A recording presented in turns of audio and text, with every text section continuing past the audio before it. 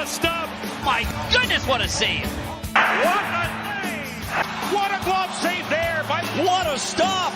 Looked like a sure goal. You talk about an A+ save and maybe the save of the night. Welcome to the Goalie Science Podcast, the podcast where we try to bridge the gap between goaltending science and peak performance. I'm your host, Dr. Jamie Phillips, a physical therapist and goalie performance specialist. I'm joined as always by Dr. Ben Cernick and goalie coach Derek Fujian. Whether you're at home, at the rink, or in the car, grab a cup of your favorite beverage and let's drop the puck on this week's episode. Welcome to another episode of Goalie Science. We are not joined by Ben Cernick today because I don't want to quote Ben here, but he said, "I am too good for you losers. Please don't text me again. I'm busy." So super weird of him to say that, especially as a founding member of the podcast, but his words, not mine. Boosh, what's new in the Hammer? Not too much other than, like I said a while ago, Open Borders is official. It has been announced. And contrary to popular belief around where I live, and people were saying Open Borders was just a rumor that Boujon guy was trying to just use to stir the pot and piss everybody off. I guess I wasn't just trying to piss everybody off. I guess it actually happened. To be fair, we are pretty good at stirring the pot, except as much as we would love to be rumor boys on this here, it is the Goalie Science podcast, and so we do try to bring some evidence and actual, let's just say, hard-hitting journalism to the goalie community. But you know what? Let's just get right into our first topic, because I also have a few questions to pick your brain on, just like goalie coach to goalie coach, because I feel like those conversations are good. Actually, before I do that, I met someone at the rink on Sunday, it's yesterday, and playing a tournament. They're from Fort Wayne, and he flagged me down, said, "Are you Coach Jamie?" He's talked. He's like, "Love the podcast, listen to it all the time." Said, "My son's a goalie. I'm not the goalie guy, but as a goalie dad, I've kind of had to turn into a goalie coach myself, and I appreciate the podcast." So that's good to hear. So we like to hear that. So I think having some of our goalie coach discussions should hopefully go a long way. But it is the holiday season, and nothing says holiday season more than spring hockey. And if you haven't started getting emails from spring hockey teams, you're lucky. But if you are a few of our goalies, you probably have about 4 or 5. I know we love to talk about spring hockey, definitely in our group chat, and when we're at having a soda pop or two, and we like to complain about it. But I think it's an important thing because it's become more and more of the landscape of hockey. But I'm going to kick it off to you. I'm just going to give you a cold open here. Derek, spring hockey, go. Oh, I have my opinions. Okay, first of all, and this is something I've dealt with 20 years, and it's always the U16 guys that are getting invited to all of these showcases and all of these junior teams, and they're getting emails and saying, "We've seen you, we love you, please spend all of your money and come to our camp and come to our tryout and come to our showcase." And my answer is always like, okay, ask them which game they watched you play and ask them what team you play for and in what league. So what happens is that you go to a tournament, you fill out these waivers, and this is basically information collection, which is now sold to all of these showcases and spring teams and recruiters. And then everybody's getting these blanket emails. He's not saying that people don't want you. I'm just saying that they are, if you are getting top prospects and national prospects and high-end tournament recruitment letters, and you are playing A and AA hockey, you are paying the bills. And I'm not saying this as a negative. I'm just saying this as the reality. Spring hockey can be very useful if you use it for the right things. Number one, if you're playing spring hockey as a player, I would not be playing for the same coaching staff and the same group of kids as you just finished your entire season for. You're going to get the same coaching message. You're going to play the same role. You're going to be with the same kids. It's just an extension of your winter club league, where you can use this and go play for new coach try and play a different position, play with new kids and make new friends, and just get a different voice. And that's kind of where my kind of belief on spring hockey is. If you're a goalie, the only time I suggest goalies to play spring hockey is if they didn't get a lot of game time. So if you're a second goalie or you were injured and you didn't play 35 to 40 games, then you can use spring hockey to get your minutes up and get your reads up. But if you're a guy who just played 55 games, spring hockey isn't something that you should probably do. And contrary to popular belief, guys, folks are not spending their entire spring and summer in a rink watching spring hockey. I don't care what all these coaches are telling you that their scouts coming to all these things. They just spent the entire winter watching hockey. They're going to spend the next winter watching hockey. They're not going to drive to Toronto on May 2-4 weekend to watch your spring team play, to recruit you at 13 and 14 years old. So be smarter with your finances and your dollars.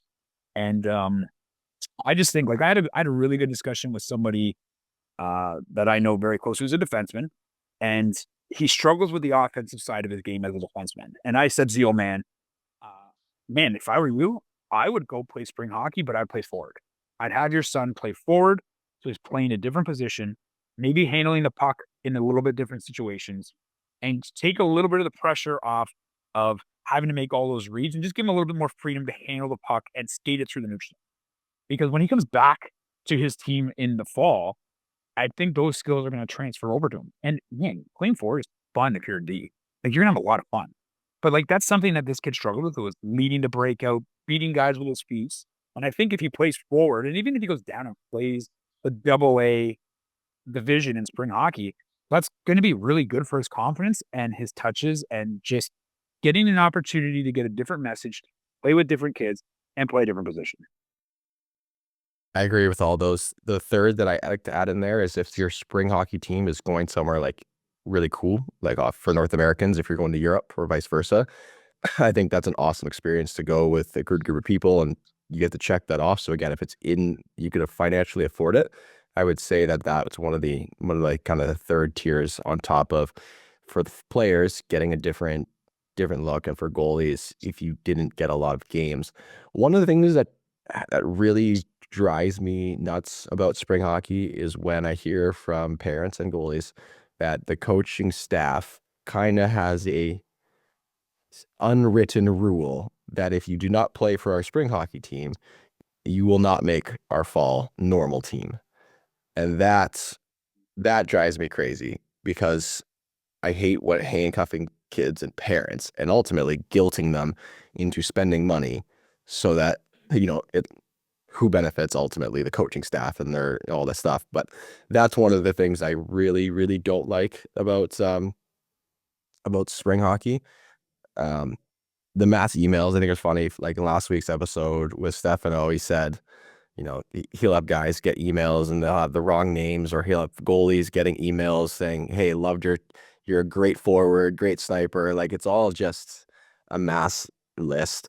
The one thing I'm going to add there too is and Derek's right. Like, a lot of the time, these coaching staffs, they have an idea of which players they already want to see. It's based on the body of work that you put in throughout the off season. They have a list of the main guys that they're inviting to their main camps. Certain showcases are money grabs. Obviously, take this with a huge bias since I associated with AHA. What has their showcases, and it's probably the one I've seen the most amount of scouts going, and that's because there's financial incentive for them to be there. And I think that is an upside, where it's not just like a random showcase that emails all these coaches and says, hey, please come watch. If there is a reason for the coaches to be there, then they'll be there. But yeah, you're not spending for Canadians, their May 2-4 weekend. That's not really a thing here. Is it Memorial Day? I think Memorial Day weekend is the same weekend. Memorial Day, yeah. Yeah. So usually you're spending that at the cottage and having a good time, not watching obscure hockey at the, quad pad in Hamilton. Yeah, and you know what? Like, last year was the first time I ran a spring program, but that is what I'm running. I when I do it, like people are gonna be like, "Oh, this guy's a hypocrite. He has a spring team." Yeah, I'll run a spring program. So my spring program is because last year, for myself, I'm looking at these options for spring hockey, and they're $2,000 for 4 practices and 2 tournaments, and they're saying focuses on development. What development? Like what development are you getting in 4 practices? And Those 4 practices are high intensity. We do Canada Cup, Swedish neutral zone, pioneer shooting. but it's like, oh, you get 2 jerseys, professional jerseys, all these socks. And I'm like, these parents are spending $2,000 for spring hockey. Tryouts are in the spring, so these tournaments happen after the tryouts. So they're also spending probably $1,000 of their dollars to $1,000 of their dollars of the yeah, for all of their tryout prep development. So like power skating and whatever they're doing in terms to get ready for tryouts. I'm like, they're $3,000 in. So like how I did mine is $900 and they get 27 training sessions on my place in lead up to the tryouts, and then they have 2 terms at the end, which are supposed to be fun. But I mean, like that to me was like I was frustrated. Really, what it was like all these guys that are playing A and AA hockey that are getting recruited to all of these top spring programs, and I'm like, guys, just do some critical thinking here. They're gonna make 7 teams. You're gonna be on so and so hockey team green, and all the top guys on these gold and platinum and elite teams are paying nothing because they're driving the name of the spring program and it's being funded by the lower teams. And I just think I just get frustrated because I really think spring hockey is a great option to make new friends, play with new people, get out of your comfort zone and play with different coaches that give you a different voice and expand your skill set, not in, like you said, like you have to play for my team. It's funny because last year, a buddy of mine was running a spring team, and he's also coaching a AAA team in the Burlington area. And he recruited all these players because they all wanted to play for his Burlington AAA team. Well, then he cut them all in spring tryouts, and then they all left his spring team that he made. So his spring team was basically gutted because they all came to these tryouts. He recruited all these guys, and then he didn't keep them in the Burlington AAA team, and they all bailed on him. Like that happens quite a bit, and that's a little bit awkward, I think, too. Is so just, I mean, caution parents: use spring hockey for what it is. Use it to further your skill set. Use it to get a new message. Use it to make new friends and have a little bit of fun. Yeah, the big key there is have fun. It should be fun. I mean, like, I think too, like we're trying to specify the difference between like spring hockey teams and specific leagues versus training in the spring and in the summer. There's a big difference. And I mean, we take the emphasis on we should train, and there is a huge, like, that's the time to get better. And if you're sacrificing training time to, play on these tournaments, to play in all these different games, and you're really only just doing practice sessions, like normal practice, not specific skill work. I mean, I think your money can be best spent elsewhere. Say you have a budget for $3,000 for the summer, you're going to get a lot more bang for your buck in growth and development if you put it into training, like one-on-one or one, if you're a player, 1 to 5 or 1 to 8, or if you're a goalie, like 1 to 2 training sessions versus going and playing, getting a handful of practices, couple tournaments where you get 4 or 5 games, and then that's it. I was gonna say, 3-on-3 leagues though.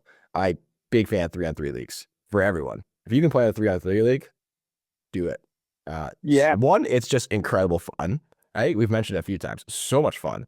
But also for goalies, you get exposed to a ton of high danger shots all the time.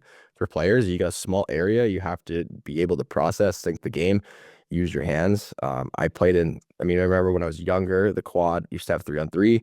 And then when I got older, the place I used to train up in Brampton had a pro 3-on-3 league. So like it was college pro guys, and guys like Scott Wedgwood, Tyler Sagan, like there were some good names, and we all played in this league, and it was worth the hour 15, well, in Toronto, the 6 hour drive to get from Caledonia to Toronto in order to play in the game, because it was just a lot of fun.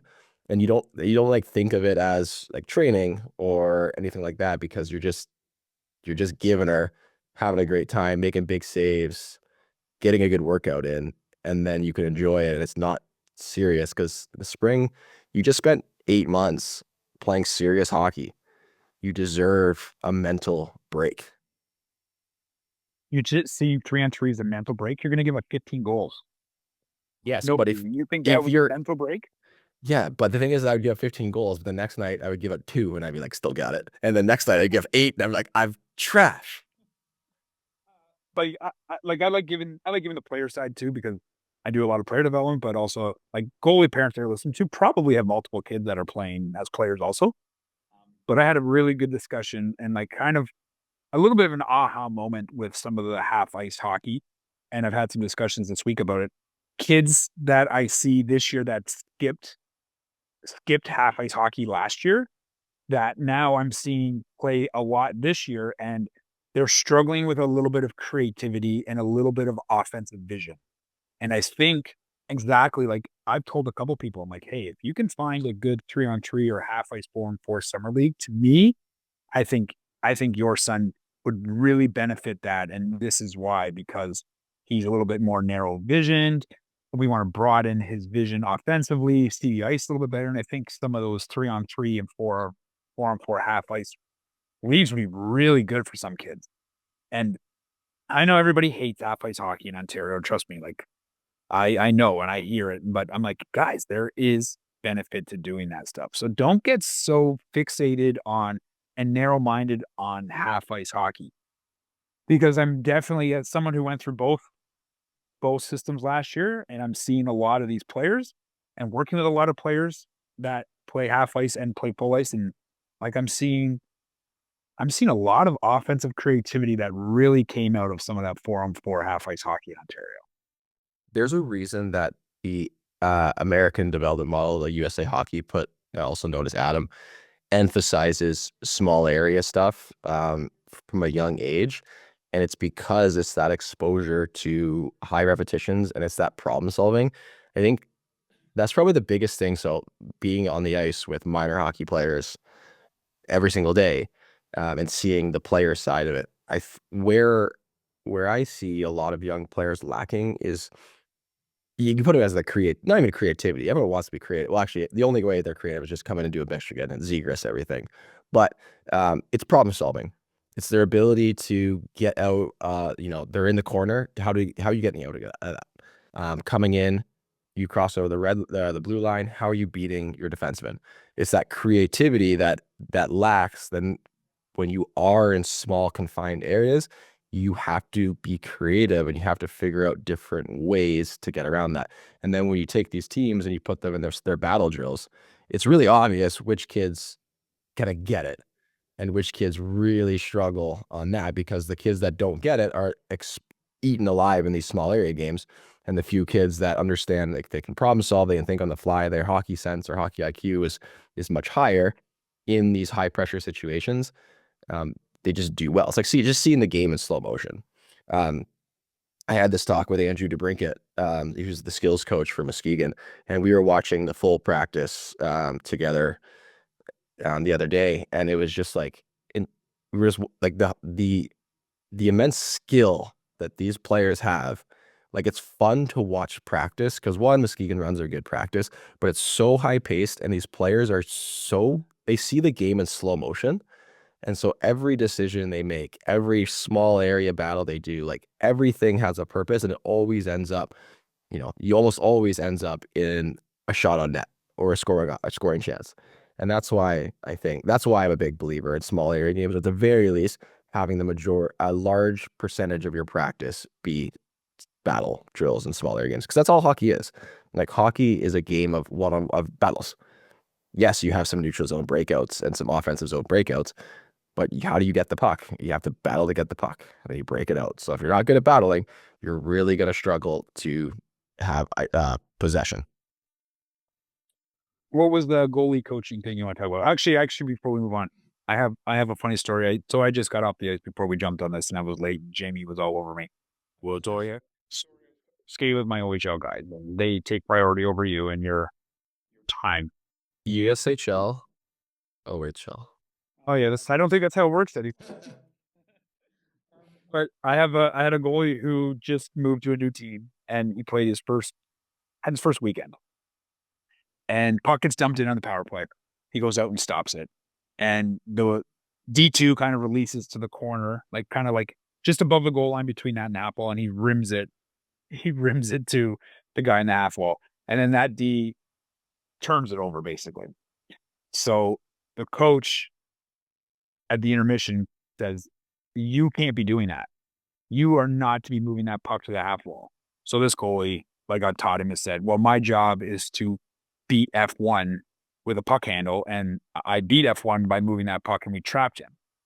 And the coach this is the best part. Coach goes, "No, you need to dangle that guy. I want you to work on dangling him and then moving it to the strong side." So he came in for a lesson. He's like, "Can we work on stick handling?" I'm like, "Why?" He's like, "Well, because my coach is telling me that when a guy is pressuring me, I'm supposed to stick handle and dangle him and not move the puck and trap him." I'm like, we're not doing that. No, literally, we're not doing that. So he wants to create a battle with the goalie and then have the goalie box him out and then move the puck? Well, apparently he thinks that he wants a goalie that is good enough puck handler that he should be toe dragging forecheckers. That's where we're going with this now. Oh, so just beat F1, but with a toe drag. But with it, and then move it, yeah. Okay. So just beat F1, but you have to make it look pretty. Yeah, I'm just as confused. You are like, no. If I had a coach say, "Yay, I need you to start dangling guys out there," I don't actually. I think my brain would melt. That's it. I don't know how many people follow me on Instagram, but I posted that clip. I was just about to Amazon. I was just about to say we gotta talk about that clip. Even with Steve Briere and Sheldon Keefe, where he's like, "Yeah, it's hard to win games when the hurt." Grab me a post-it right here. It's a hard sport to play when you get scored on the first shot. The first goal was embarrassing. Just bad luck. The first shot hits Derby in the pants and goes in. Fourth one hits Muzz in the ass and goes in. What the are you gonna do? You gotta stop. You gotta stop one. Off of Muzz's ass? Every Off of Dermot's pants? Okay, now that we've seen that clip. But I'm like this is reality. This is what we deal with as goalie coaches, dealing with head coaches all the time. Is stuff like you guys just saw. This is what we deal with in a coaching room, where pucks get shot off a guy's butt and coaches are blaming the goalies, and we're just like, what do you want them to do? I'll tell you when we're done this, a situation or a goal that Weston gave up on Thursday. And I don't want to put it on the podcast. He's 9, but you just same type of idea, but it's just this is what we're dealing with when we have to deal with some coaches. You know, I respect coaches. The pressure to win is high. I understand. Yeah, but I mean, if anybody watched that clip, you see Steve Briere sticking up for his guys. Goalies, that's our job. We're going to bat for our guys, and we that's our job, and we'll do that. But that's what we get from head coaches. We get head coaches basically telling us to go. Don't want to swear on the podcast, but you guys can figure it out. Yeah, I give Beer credit for standing up for his guys and himself. It's just so. It's like, what do you want? What I just want to start come back. Well, how come he just turned? Well, why did so and so just turn it over in the blue line? We can't turn it over there, but you just can't. You just have to accept it, and then you just gotta stick out and be like, "What do you want me to do?" Sometimes, yeah, sometimes there are bad goals, and sometimes you're Joseph Wall, and you have the most ridiculous goals. Gave enough on. So I don't know. Crazy clip. That is literally a day in the life of a goalie coach on a team, because we have the head coach that you played for, and you had experience with a lot of the same things. Yeah, and I didn't have a goalie coach sticking up for me. It was just 17-year-old me sitting there after a bad game. I had that talk with one of my goalies yesterday. because he came in and the coach reamed him, and I was like, I get it, man. Sheldon Keefe came in and threatened to trade me in the middle of a game. Like, all these things. Like, it's just, oh, and like, actually today on today's EGM call, Melcher facing Cornwall was playing against Brockville, and I was like, oh, Brockville, I've been pulled there twice. Actually never finished a game there. Had Sheldon Keefe come in and tell me the elephant in the room to why we're losing was me. So love that barn. So just a big Sheldon Keefe fan club over here. You good coach, hard on goalies. But I had a couple questions to pick your brain on, because now we're starting to deal a little bit into the mental side, and this is where, admittedly, like, I'm not the best. I really need to start to improve. Usually, what I do is like, here, talk to your mental coach. It's your realm, but what's kind of your strategy, or like, what's the psychology for you as a coach when a goalie's going through like a quote unquote slump? Yeah, they happen. Like, number one, you got to realize it's going to happen. Like, there's peaks and valleys, and like my kind of go-to, and it's really been successful for me in the past with guys that are kind of struggling, is it. I'll do it with you. Like, I want you to tell me what the best game of your career was. Like the day that you felt the best, you played the best game of your entire life. Probably one of the games I played my absolute best was probably my last college hockey game. We did lose 1-0, but boy, was I freaking good. Okay, so do you remember literally every second of that game? Oh yeah, I remember this crazy behind the back save I made, and I was just laughing because I was like, I couldn't believe that I made this save, but the game was just too easy. Okay, so if the next two games you struggle, you are still the same goalie that played that 1-0 loss. Like, you are still capable of being that guy. Nothing has changed, right? Like, if you have a game where you go 53 of 54 and you lose 1-0 in overtime, or you win 2-1 in overtime, and then you go through a tough stretch where you're struggling a little bit, you are still that goalie, and you have to remember who you are. And like, that's everybody. When you ask them about their best game, they can remember every save, every moment, the smile. Exactly. Like when you're telling that story, like you were smiling, like, this is so easy. Like, I remember how you remember how you felt, right? And a lot of times, like, and actually, like, I love that you said you guys lost, because a lot of these times, these guys, when they say their best game ever, they don't win. And like, that's a big part of it. Is like, you can have the best game of your life and still lose, but you know what it felt like to play well. So winning and losing as a goalie's not really in your control. And that also helps you realize that, yeah, like, you can be unreal and lose, but still have that smile and feel that feeling. Like you just telling that story probably brought you back to it, right? Like, you started to remember things. And if you are struggling, you just have to remember that. You have to remember what you're capable of. And when you remember what you're capable of, a lot of those guys are like, okay, they come out of it pretty quick, because you're still that guy. You are still capable. You didn't get worse. And you're just having bad luck or bad puck luck, right? It's when you overthink it and you try to do something different, or you over prepare, and then like things aren't going, and it kind of spitballs. Literally, if you are a guy who's listening that is struggling right now, number one, remember who you are, and don't try and do more, do less. Yes. That now that you say that, that's, well, one, makes me feel good because that was a sick game, and now I can think about how sick I was in that game. Usually, so what I do is I ask, like, okay, like, was there anything different? Have you tried to change anything? And then towards the end is usually where I go to, and I think I made that, not the mistake. I need to start asking goalies about when they feel their best, because I have used that same line. Is, you're the same goalie that you were 3 weeks ago when you were playing unbelievable. But I find that they're trying to do too much. And that's where they get derailed. And then they start to get frustrated because they think more is better. And then when more isn't better, they need to do more on top of that. And then they start to give up hope, like, how I lost it, all these things. And then they get derailed. So good. I like that. So there's going to be a lot of goalies that are going to find that very helpful, because that's something every single goalie goes through at one point, and finding your way out of it is important. Because, and I tell that to every goalie and players that struggle, like, you're the only one who's going to get you out of it. Like, the only way out of it is through. Like, we can't hold your hands. Like, I can shoot pucks at your chest all day in the goalie session. It's not going to make you any better. I want you to be able to find that confidence, find that battle, find that intensity in practice, and then remember who you are when you get to that game and just focus on one shot. I find maybe it's just because when I played, I never really like asked these questions to other goalies. Like, that talking about what going on in your brain wasn't very common, and then maybe it still isn't. But now on the coaching side, I get to dive deep. But I find so many goalies are so outcome focused, where they just like I have to win this game. What do you just focus on the next shot? Focus on the first shot, and then once you make that save, focus on the next shot, and focus on the next shot. And then after the 60 minutes or 45 minutes, then look up at the scoreboard and see what the score is. But as you said, like, sometimes you're going to win and sometimes you're going to lose.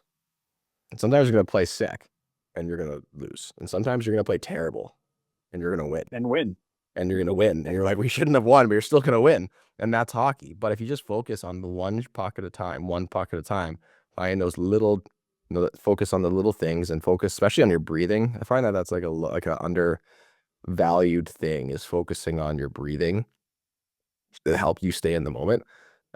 That's very good. So I appreciate that. Anything else for older guys? For older guys are breathing. The one thing I wanted to add is, like, just think about in terms of like you is like, how many times have you got a text after a game? It's like, I played terrible. I need to get into more. What time can I skate with you? Like that. That's what you're talking about. Like, yeah, it happens all the time, right? A guy doesn't have a good game and they immediately want to skate, and I'm just like, take a day off. Like, yeah, you didn't have a good game, but who cares? Take the day off. Do less.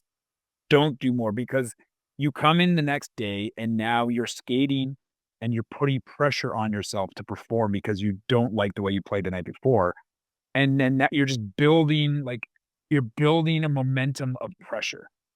Like, I just had a conversation with like 2 OHL guys that they said, I have 2 weeks off over Christmas. Should I skate like 5 or 6 times? I'm like, no, man, like, take 2 weeks off. Like, if you want to skate like maybe twice before your team starts skating again, then yeah, maybe we can do that. But I'm like, you should take the 2 weeks off. Like, let your body heal, let you recharge the battery, do life. Yeah. And that actually, we can talk about that after in terms of structuring holiday training. I was just saying, like, same thing there too, where it's even when goalies they struggle, you don't have to immediately jump back into it. One of my guys yesterday, she was watching his game, they lost the shootout. Admittedly, not very good goals in the shootout.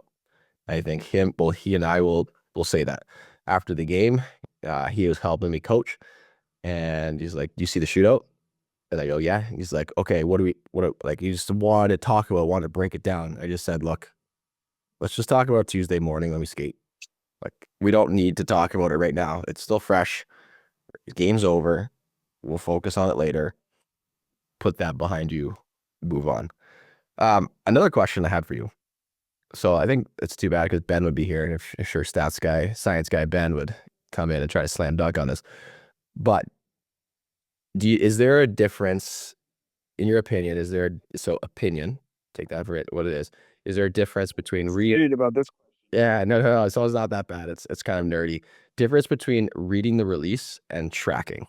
Because for me, I have them as 2 parts of a whole equation. Yeah, I teach it as 2 different things. Okay. To me, like, you can't track it until after it's come off the stick blade. So to me, it's like you need to process the release before you can track the product. So for me, like, these are words I use. Like, I don't even know if, Science Ben will say they're the right words or not. Whatever, Ben, you'll listen to this and Ben told us not only are we the 2 biggest losers he's ever been seen, he refuses to do any episodes unless it's him and Dr. Gray. So yeah. So to me, it's you process the release. And when I say process the release, it may not be a shot. The release might be a pass. And that's the first thing you have to process. Was it a shot? Was it a pass? And then if it's a shot, then you can begin to track where it's going because you processed where it's going.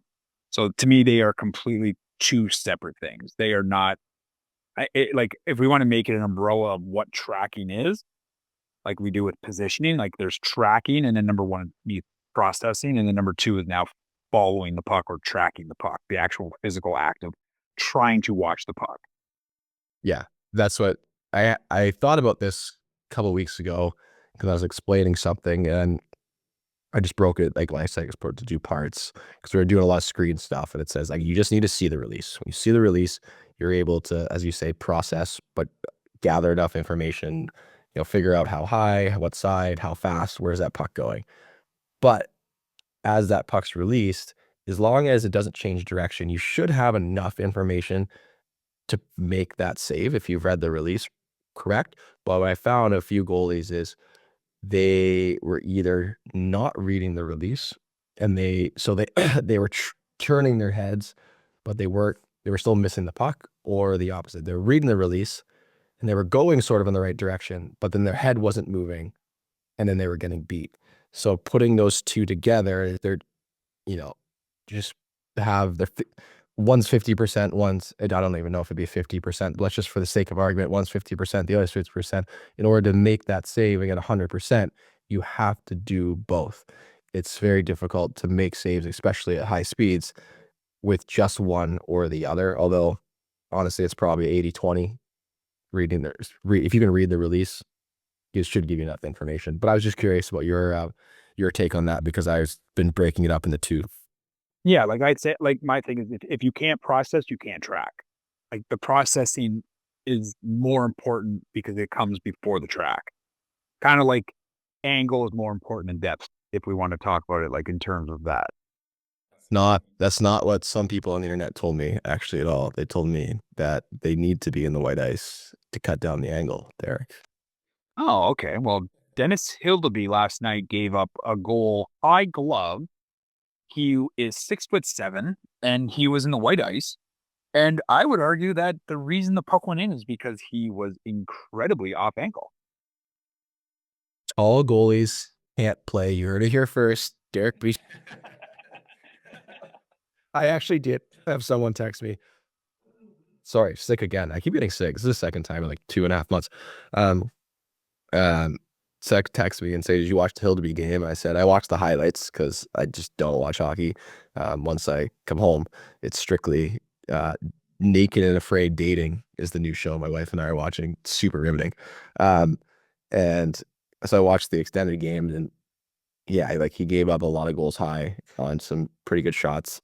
And then I was just like, yeah, I watched it. What do you think? And it's like, well, he's tall. I thought tall goalies supposed to be better. I'm like, is that what you've gathered from all of our conversations? Listen to me of anything we've said. I think we just say good goalies are good. I think that's kind of what we say. And I would like them to be taller because they do take up more space, but you still have to be good. No, what our argument is if we are looking at prospects and looking at long-term potential as goalie developers, we probably want to work with somebody who's 6'4" rather than a guy who's 5'10". But that's just long-term development and like as a prospect. But if I am in Game 7 of the NHL and I have UC Saros and Dennis Hildeby, I am not putting Dennis Hildeby in the net. I am putting UC Saros and his 5'9" frame in Game 7 to win a Stanley Cup. I do not care that Hildeby is 6'7". And you heard it here first. I'm going to win a Stanley Cup. Yeah, so that was tall goalies can't play. Dennis Hildeby proved it true. That's how we know it's legit. One more. I actually in that group notes that no one else uses except for me. Not true. I put notes. Don't put there once. I mean, like you put there one note when we first made it, and nothing since. We haven't talked about my one idea. Okay, well, let's talk about another episode because I think there's a couple questions in there. I think one Ben would like to be involved because that is kind of Ben's area of research. This popped in my brain. Being around a lot of other goalie coaches in the last little bit, I like to see how other people coach and teach. See like is it completely different than me? What are they saying? How do they approach these things? So my question for you when you have young goalies, simple, and I see if I can frame this properly. Obviously, when you're explaining something to a young goalie, you don't want to make it ultra confusing. I'm not going to come in with massive equations and all these different things. But the idea of keeping things very simple for young goalies versus, I would say, introducing it more advanced. And I didn't make that any sense. So I'll give you an example. I can't speak right now. Holy smokes. I got this whole diarrhea, man. horrible. It's because I'm sick and I'm thinking about Dennis Hill to be giving up goals and making his tall goalies look bad. You have a young goalie and you're saying you always, you gotta stay at the top of the crease. Pucks here, you gotta stay on the top of the crease. Versus introducing, like, I would say, adjusting your depth or dynamic depth with a young goalie. Now, where do you stand on that? Do you take it as a goalie by goalie basis? I don't love to say like you must stand like, all toes on top of the crease. You hear it, or heels in the white, toes in the white. But then the kid gives up a backdoor goal, and then all of a sudden you have to somehow explain to them, okay, now you need to back up. Whereas if you introduce early on, this is the situation. How do you think we should play it?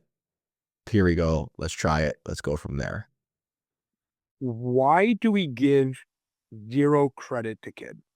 This is an argument I've had for the last year, like coaching 9-year-olds and coaching 10-year-olds and seeing what we teach them. Why do we not give kids enough credit? Why don't we just let them figure it out themselves sometimes?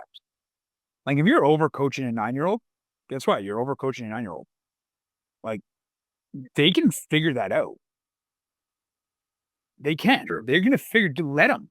Like, does it really matter? Like, you preface this question as very young goalie. Why are we so concerned about trying to fix everything? Let them make mistakes. Like, 9-year-old, you should teach him to track. You should teach him to catch. I mean, I think you should teach them to use their body a lot. Like, that's one thing for sure I do with young kids. I teach them belly traps very early because I get 14-year-olds that are completely afraid to use their body and they try and use their hands for everything, and they're an absolute nightmare. But I mean, like, why do we have to overcoach 9-year-olds and teach them every situation? You can't teach a 9-year-old to read the play because they haven't seen enough plays to understand it yet. So just let them screw it up. Like, let them make mistakes. Let them see if they can figure it out themselves. Like, we as goalie coaches just want to coach everything. Let them screw it up, man. Like, and I blame you. This is your fault. This is my fault. I actually, now that you say it, I don't really talk about it, but I did a video session with some goalies, and it was like, you gotta stay at the top of the crease. I was like, well, why do you have to stay at the top of the crease? Like, that's just what we were told. And then it popped in my brain. I was like, am I not doing something right? Because usually if I'm teaching like an 8 or 9-year-old, we're very much not concerned about depth. I usually just say, come out to the top of the crease because it's just easier. And it gives them some sort of point of reference so I can continue with the drill and they don't just stand on the goal line. I never but I guess yeah, no, I still say very young. It's probably the example. It just popped in my brain. I was like, is it doing them a disservice to always do that? But I guess, yeah, when you explain it like that, it makes sense that just there will become a point when their skill and age reaches in a time where they need to be able to process those things. And usually they get frustrated and they go, why could I not get that backdoor save? Because you're very little. Because you're very little and it's very far for you to move and you're not very strong. And you're also 2 feet past your crease. Yeah. I mean, this is a big shocker, but guess what, guys? I watch a lot of U10 AAA hockey. Go figure. 90% of the goalies in the league can't remember if it's icing. And they can't skate to the bench if there's a delayed penalty without the coaches yelling and screaming at them to skate to the bench because there's a delayed penalty. If we want them to depth adjust a 3-on-2 on the fly, like, you guys are asking too much of a 9-year-old. Let them figure it out. We can fix it. Positioning, teach angle, teach squareness. Let the depth figure it out themselves. And yeah, you know what? A 9-year-old, 10-year-old, and 11-year-old, they're gonna get beat with backdoor passes because the guys in the NHL get beat with backdoor passes. Like, you're an idiot for asking me this question. Hey, you know me, big idiot guy. We'll talk about your years later. Use that. Oh, I have a good one. Okay. Yeah. What are we talking? Actually, I don't know what to talk about. I don't know. You're gonna say it. What were you? You had a good one. What? Oh, I don't know. I have absolutely no idea what you're talking about. My thing. No, your idea that you put in our group chat idea. Just save that for another episode. Yeah, that's another episode. Because yeah, we'll need. It's like a sciencey thing like that. So. Yeah, the other stuff is more Ben related. Parting shots. Parting shots. Do I have any parting shots? Like the shout outs are getting like a lot of buzz because I have people like, hey, I heard my kid got a shout out, or not a shout out, but a shout out. So give me a second to think of a shout out. And that one of the goalies. Actually, I do have a shout out. Okay. Since when did party shots shout out? Party shots shout out. Parting shot. I spend an hour taking shots at everybody. I don't have parting shots. Parting shots is for you and Ben. Like the entire podcast is my parting shots. The last 3 seconds were like, this is just who gave Boosh $20 for a shout out on the podcast. Then over years at 57 minutes in, but I'm going to shout out Weston's goalie partner, Angelo Gabrielli from Stony Creek, who I work with a lot because I on the ice with him every day. But this kid is playing U10 AAA with the Hamilton Steel, and the last 8 weeks, this kid has been on fire. Like he has been on fire. And shout out to Weston's goalie partner Angelo, who is just been dialed in for a long time, and I'm very, very proud to say that I get an opportunity to help him little by little, every practice that we have. So there's my shout out of the week. There's the Derek shout out. We'll go circle back to the party shot segment. Although one parent did ask at the end of each episode if we could do a parent question. So moving forward, if you are a parent, or I guess really anybody, ask us questions. So ideally, if it's on YouTube, probably it's better to ask if you're on YouTube. That way we can go and find the comments and then answer them. Because somebody's caution, don't ask the question if you don't want to hear the answer. Is that a good caution? That's actually good. That's a good thing too. If you do not want to hear the answer, and then please do not say, how do I fix my glove? Because that is one of the questions I get a lot, and I hate it. I hate everything about that. If the question of the week is, my single A goalie is trapped, how do I get him to AAA? My answer will be, your kid is a single A goalie. He is not trapped. He's just not good enough to play AAA. So there goes 80% of our questions. Yeah, my parting shots. I guess that's. Oh, here's a party shot. If it's in the budget, you should have a backup pair of blades on you at all times. Because if I got to tell you how many kids are skating, well, it's warm here now, but how many kids have skated on ODRs, outdoor rinks, and have come to practice and have no edge and have complained about their edges, and they go, oh, what's going on? Like, oh, I skated on the pond. And you didn't sharpen your skates? Well, now practice is ruined. And then I have to listen to you complain about how practice is ruined, because just have a backup pair of blades, because sometimes your blades break. We see it quite often in hockey. Blades explode, pucks travel fast. It's worth it. Spend the extra $120 or whatever it costs for a pair of blades. Have an extra set sharpened in your bag at all times, just in case. Just in case you go skate in the pond, you could switch them out. That's my parting shot. That's a good one. Thanks everyone for listening, watching. Ask parent question of the week. I don't know. We'll come up with a name. I'll think of some. ChatGPT will come up with a good name for me. If you have any questions, put them in the chat. You can find us, Boujan Goaltending Instagram. We're not going to talk about Ben. JV Phillips 30 on Instagram, and then Ghost Rehab is 99% done, but I am taking patients. So if you would like to move better, feel better, and not be in pain, don't even have to be a hockey player. Come see me, Byron Center, Michigan. Excited to get to work. By the time this comes out, you will be live and running. So Not 98% done. No, 100%. 100% done. Go to ghostrehab.com to book a consultation, or you shoot the number to text or call. It's going to be on the website as well. All right. See everyone next week.